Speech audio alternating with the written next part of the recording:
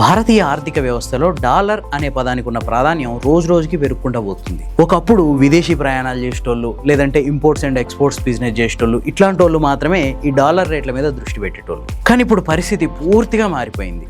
Petrol ధరల నుంచి mobile ఫోన్ల వరకు, విదేశీ చదువుల నుంచి విమాన టికెట్ల వరకు, దేశీయ స్టాక్ మార్కెట్ నుంచి మన కుటుంబ ఖర్చుల వరకు, ఇట్లా ప్రతి విషయం మీద డాలర్ ప్రభావం పెరిగిపోతుంది. ఒకప్పుడు 45 నుంచి 50 రూపాయల మధ్య ఉండేది ఈ డాలర్ రేటు. అట్లాంటిది ఇప్పుడు 96 రూపాయలు దాటిపోయింది. తొందరలోనే 100 రూపాయలు కూడా దాటొచ్చు అనే అంచనాలు కూడా వెలువడుతున్నాయి. ఇట్లాంటి టైంలో ఇప్పుడు అందరిలో మెదులుతున్న ఒకే ఒక ప్రశ్న ఏంటంటే, ఒకవేళ డాలర్ విలువ కనుక 100 రూపాయలు దాటితే ఏమవుతుంది? మన దేశ ఆర్థిక వ్యవస్థ కుప్పగూలిపోద్దా? సామాన్యుడి జీవితం అతలాకుతలం అయిపోతుందా? మార్కెట్లు, పరిశ్రమలు, ప్రభుత్వ ఖర్చులు ఇట్లా అన్ని తలకిందులు అయిపోతాయా? అసలు భారతదేశ ఆర్థిక వ్యవస్థ కుప్పగూలిపోతుందా? అసలు ఈ డాలర్ రేటు పెరుగుదల ప్రభావం దేని మీద ఉంటుంది, దేని మీద ఉండదు? డాలర్ రేటు పెరగడం వల్ల మొత్తం నష్టాలేనా? ఏం లాభాలు లేవా? ఈ ముచ్చట్లన్నీ ఈ వీడియోలో చూద్దాం. స్కిప్ చేయకుండా చూడండి, సబ్స్క్రైబ్ చేసుకోవడం మర్చిపోవద్దు. గత కొద్ది సంవత్సరాల నుంచి రూపాయి విలువ డాలర్తో పోలిస్తే రోజు రోజుకి బలహీనపడుతుంది. ఒకప్పుడు 40-50 రూపాయలు ఉన్న ధర ఇప్పుడు 96 రూపాయలు దాటిపోయింది. 100 రూపాయలు కూడా దాటిపోద్ది అని చెప్పి చాలా మంది అంటున్నారు. సాధారణంగా ఈ డాలర్ రేటు పెరగడం వల్ల దిగుమతులు, అత్యధికంగా ఇంపోర్ట్స్ చేసుకునే దేశాలకు విపరీతమైన ఎఫెక్ట్ ఉంటుంది, నష్టం జరుగుద్ది. అదే టైంలో ఎగుమతులు చేసే దేశాలకి, మన దేశం నుంచి ఏమైతే ఎగుమతులు చేస్తున్నామో ఆ విషయాల్లో మనకు లాభాలు వస్తాయి. భారతదేశం ఏవి దిగుమతి చేసుకుంటుంది, ఏవి ఎక్కువ ఎక్స్పోర్ట్ చేస్తుంది? దిగుమతుల వల్ల వచ్చే నష్టాలు ఎక్కువనా, ఎగుమతుల వల్ల వచ్చే లాభాలు ఎక్కువనా? భారతదేశంలో క్రూడ్ ఆయిల్, ఎలక్ట్రానిక్ వస్తువులు, భారీ యంత్రాలు, బంగారం, రేర్ ఎర్త్ మెటల్స్ ఇట్లా రకరకాలుగా విదేశాల నుంచి మనం దిగుమతి చేసుకుంటున్నాం. వీటన్నిటికీ మనం డబ్బులు, మొత్తం ప్రపంచ వాణిజ్యమే డాలర్ మీద నడుస్తుంది.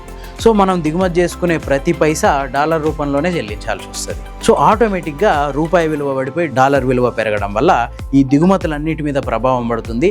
మనం దిగుమతి చేసుకునే ప్రతి వస్తువు రేటు పెరిగిపోద్ది. ఎందుకంటే మనం ప్రతిరోజు ఉపయోగించే అనేక వస్తువులు ఈ డాలర్తో ముడిపడ్డాయి. ఉదాహరణకి క్రూడ్ ఆయిలే తీసుకుందాం.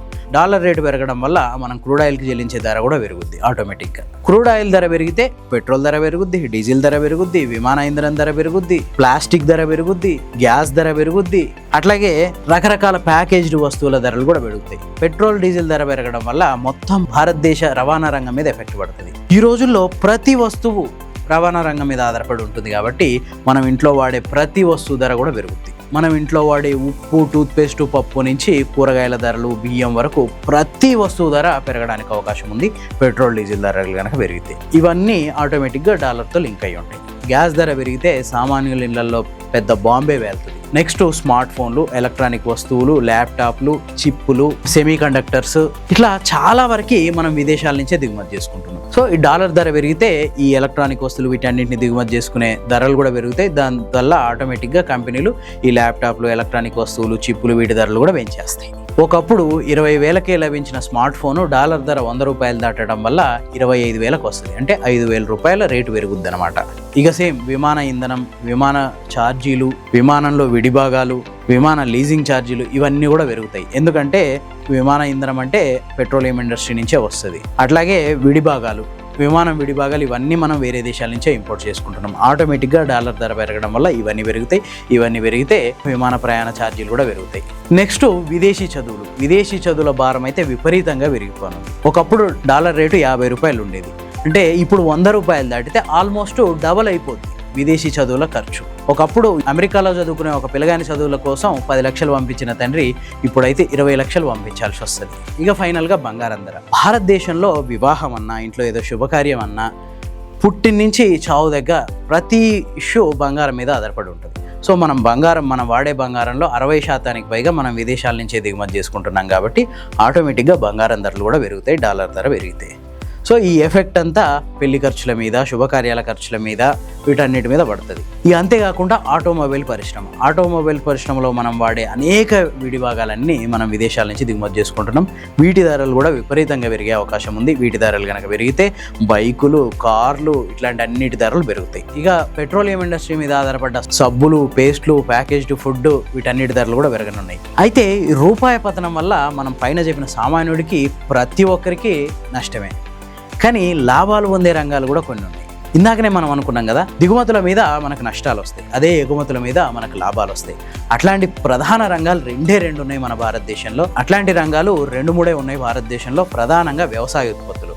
మనం అత్యధికంగా ఇతర దేశాలకు ఎగుమతి చేస్తున్నది ఏంటంటే బియ్యం అండ్ గోధుమలు. వీటి ఎక్స్పోర్ట్స్ వల్ల డాలర్ రేటు పెరగడం వల్ల వీటిలలో మనకు వచ్చే లాభాలు పెరగవచ్చు. ఇక రెండోది ఐటీ రంగం. ఈ డాలర్ రేటు పెరిగినప్పుడు ముఖ్యంగా ఐటీ కంపెనీలు ఇక్కడ వాళ్ళ సేవల్ని విదేశాలకు ఎగుమతి చేస్తుంటాయి. వీళ్ళ ఆదాయం కూడా ఎక్కువగా డాలర్లలోనే ఉంటుంది. ఎప్పుడైతే ఇక్కడ ఉన్న ఐటీ కంపెనీలు ఒక సాఫ్ట్వేర్ని తయారు చేసో లేదంటే ఒక వెబ్సైట్ని తయారు చేసో విదేశాలకు గనక ఎగుమతి చేస్తే వాళ్ళు డాలర్లలో చెల్లిస్తారు కాబట్టి వాటిని రూపాయల్లో కన్వర్ట్ చేసుకుంటే వాళ్ళ లాభాలు పెరుగుతాయి. సో ఐటీ కంపెనీల లాభాలు పెరుగుతున్నాయి అన్నమాట.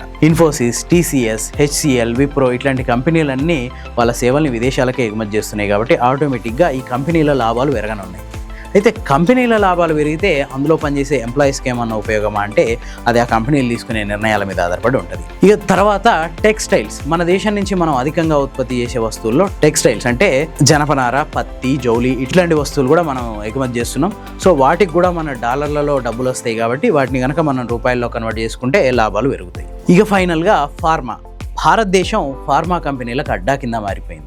సో ఫార్మా ఎగుమతులు మన భారతదేశం విపరీతంగా ఎగుమతి చేసే వాటిల్లో ఫార్మా రంగంలో కూడా ముందుంది. సో ఈ డాలర్ రేట్ పెరగడం వల్ల మన ఫార్మా కంపెనీలకు కూడా లాభాలు వచ్చే అవకాశం ఉంది. సో సేమ్ ఇక్కడ కూడా ఐటీ కంపెనీల సూత్రమే వర్తిస్తుంది. ఈ కంపెనీలకు వచ్చే లాభాల్ని ఉద్యోగుల వరకు వెళ్తాయా అనేది ఆ కంపెనీలు తీసుకునే నిర్ణయాల మీద ఆధారపడి ఉంటుంది. అందుకే అమెరికా డాలర్తో పోల్చినప్పుడు భారతదేశ రూపాయి విలువ కనుక తగ్గిపోతే భారతదేశ ఆర్థిక వ్యవస్థ కుప్పకూలిపోతుంది అని మాత్రం చెప్పలేము. కాకపోతే రేట్లు పెరుగుతాయి, కొంత నష్టాలు ఉంటాయి. అదే టైంలో మన తయారీ రంగం కనుక బలంగా ఉండి, మన ఐటీ రంగం కనుక బలంగా ఉండి, మన ఫార్మా రంగం కనుక బలంగా ఉండి, మన టెక్స్టైల్ రంగం కనుక బలంగా ఉండి ఉత్పత్తి శక్తిని పెంపొందించుకోగలిగితే ఆటోమేటిక్గా మన ఆర్థిక వ్యవస్థ సెటరేట్ అవుతుంది.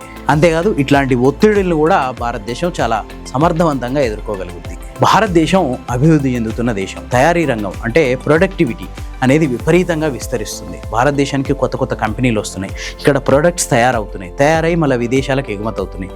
సో ఇట్లాంటి కారణాల వల్ల భారతదేశ ఆర్థిక వ్యవస్థ కుప్పకూలిపోతుంది అని మాత్రం చెప్పలేము. ప్రధానంగా ఇట్లాంటి పరిస్థితుల్లో మనల్ని కాపాడేది ఏంటంటే మేక్ ఇన్ ఇండియా. విదేశాల నుంచి ముడి వస్తువుల్ని దిగుమతి చేసుకొని వాటిని తయారు చేసి ఇతర దేశాలకు ఉత్పత్తి చేస్తే ఉత్పత్తి రంగం విస్తరిస్తుంది. కాబట్టి ఆటోమేటిక్గా రూపాయి బలహీనపడ్డా మన ఎగుమతులు పెరిగితే మనకు వచ్చే డాలర్ల సంఖ్య పెరుగుద్ది. కాబట్టి రూపాయి పతనం జరిగినప్పటికీ భారతదేశం ఆర్థిక సంక్షోభంలోకి కూరుకుపోతుంది అనేది పూర్తి స్థాయిలో నిజం కాకపోవచ్చు. ఈ వీడియో కనుక మీకు నచ్చితే లైక్ చేయండి, షేర్ చేయండి. ఇలాంటి మరిన్ని మంచి వీడియోల కోసం ది ఫోర్త్ ఎస్టేట్ ఛానల్ని సబ్స్క్రైబ్ చేసుకోండి.